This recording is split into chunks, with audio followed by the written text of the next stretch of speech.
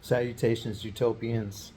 Well, leave it to Charles Barkley to give everyone some material on this inactive week of NBA action, at least until Thursday. Um, Charles was watching the Phoenix Suns, and as you all know, he's a true Phoenix Suns legend. One time MVP, took them all the way to the NBA Finals. He was on record during a game questioning Kevin Durant's leadership.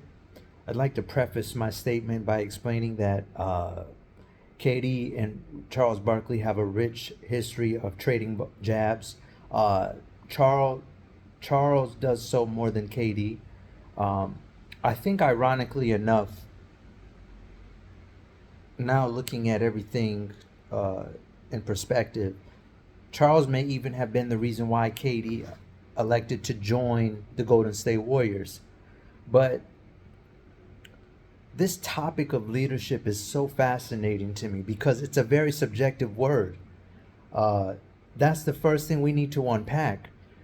But actually, let's talk a little bit about his history with the Oklahoma City Thunder and Draymond before I set it off in Golden State Warrior with the Golden State Warriors. KD has been known to publicly bump heads with Russell in front of cameras and in the press conference act like nothing happened no matter how much they tried to grill him on the inner workings of what his discussions or adverse events were with Russell Westbrook. Furthermore, the same thing happened in Golden State where it all came to a full head steam of head when him and Draymond Green had a massive blowout over the discussion of X's and O's and how they were going to go about closing the end of the game. KD believed he should have brought the ball up. Draymond felt he should have been the one to bring the ball up. I personally agreed with Draymond because he's not a scorer. He should be the one to bring the ball up and apply full pressure on the defense, make them collapse, kick it to KD. KD wanted the whole game to stop and be around him. Not much of that's not the characteristics of someone who's very passive or someone who's afraid of the moment, which calling someone a non-leader has an undertone of being considered. Uh,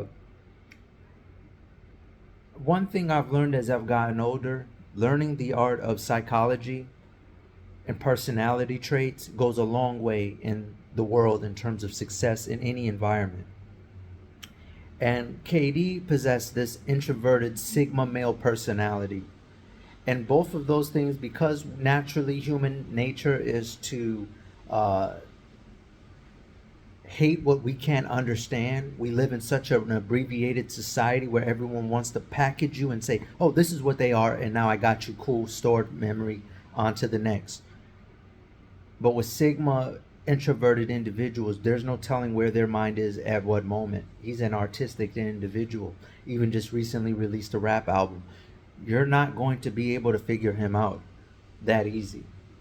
And so when you pair that with the fact that the title of leadership, which is someone who's a leader of men or a leader of a pack, it's very difficult when you're an individual. He has gone frontline war with Westbrooks. He's gone frontline war with Draymond Green.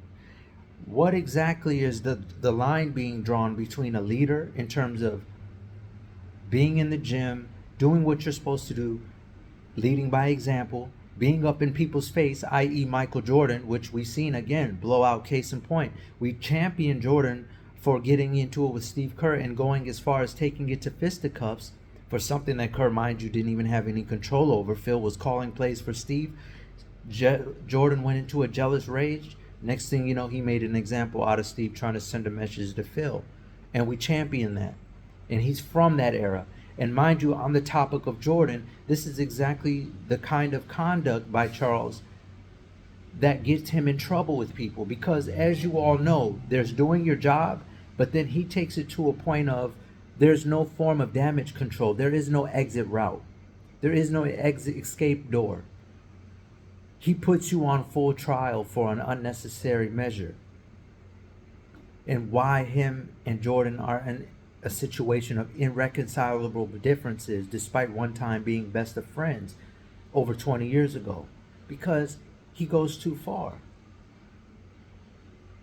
How do you know what Kevin Durant says behind closed doors to his teammates outside of the limelight? Maybe he's the type to pull you over. They have a saying, I can show you the water, I can't force you to drink it. If KD every day shows up, if KD is every day a basketball junkie, gym rat, watching film, we all know he loves the game to that point. He always says, I just want to hoop. That's why he left Brooklyn. They got beyond basketball with Kyrie. Then what exactly do you want from Kevin Durant? He's doing his part. He's in the gym. He's showing up. He's prepared. The irony is the people that were questioning him, Draymond, he only had a limited pool of people that were willing to hand him that 100 mil he was looking for. Russell was on the outside in after the whole debacle with LeBron. So, you know, I just think that it's a little reckless. It's a little unfortunate that Charles decided to take this route with KD, because it's the timing of it. It's so calculated. Knowing that he's at the end of his career, he is what he is, and the Phoenix Suns are at a gridlock right now. They literally have no more assets that they can move, tangible assets, to get a difference maker on a veteran title contending ball club. They are what they are, and they're really kind of like Milwaukee, where they got a lot of glamour and they got a lot of big contracts and established players, and there's not much wiggle room. That's why the Patrick Beverley trade February 8th on the trade deadline was so excellent by their front office. It was a great last-ditch effort. The Suns don't have no move like that they can make, quite frankly. So, you know, when this season falls short for Phoenix, which it most likely will, and there's some really bad matchups like the Clippers that immediately come to mind, or a team like the Pelicans, who are just overall bad matchups, we know who's going to take the blame, and they're going to say that it's KD's fault, and to an extent it may be. But how can a guy who's a career 50 wins everywhere he goes, was the difference maker when he arrived to Golden State, when they were at the very pinnacle of their success? LeBron and the Cavs had figured him out.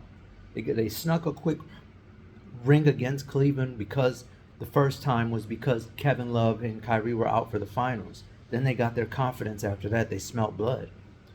Then LeBron's like, I got you figured. You better bring in a wild card. And that's exactly what they did. And then started to posture like they were them. But the crazy thing is, you can't tell me KD's not a leader when Russell Westbrook wasn't even a starter at UCLA. He came off the bench for Memphis against that infamous Derrick Rose, CDR, Joey Dorsey backcourt. Dorsey clamped Kevin Love in the national championship. CDR and Derrick Rose was like prime Jason Kidd and Kerry Kittles on the fast break, the way they'll take off on you. You make one bad shot and they're gone. Russell Westbrook came to the league as a pure raw specimen. No jumper, no point guard instincts. He was a backup to Darren Collison and I believe Josh Shipp. He wasn't even a starter. Now, he did end up showing more fight than Darren Collison did, and what I call the no Moss championship game, where I swear he deliberately fouled out because Derrick Rose was just too much. Listen, I still go to YouTube and watch Derrick Rose's first step. It was unbelievable. He was Allen Iverson with a turbo kick. But to say he's not a leader, there's not another player that Russell Westbrook could have entered the draft and entered a situation in and been able to been afforded the position, the ability to make mistakes. He had the ultimate green light because Kevin Durant was a walking mismatch. 7-footer who can put the ball on the floor and can shoot from all three levels, especially all the way out to 35. You just don't find it with that level of coordination and IQ and passion for the game, and had the wherewithal to say, I have to let this dude make mistakes. West wouldn't have been that next to LeBron. Paul George, maybe, before the injuries. But Paul George after the injuries wouldn't have been strong enough to hide his deficiencies. They went to the finals with him being a raw specimen. KD was patient, never humiliated him to the media publicly. That's leadership. Don't do that, Chuck. It's easy to pick on the guy who's nice and chill and family oriented.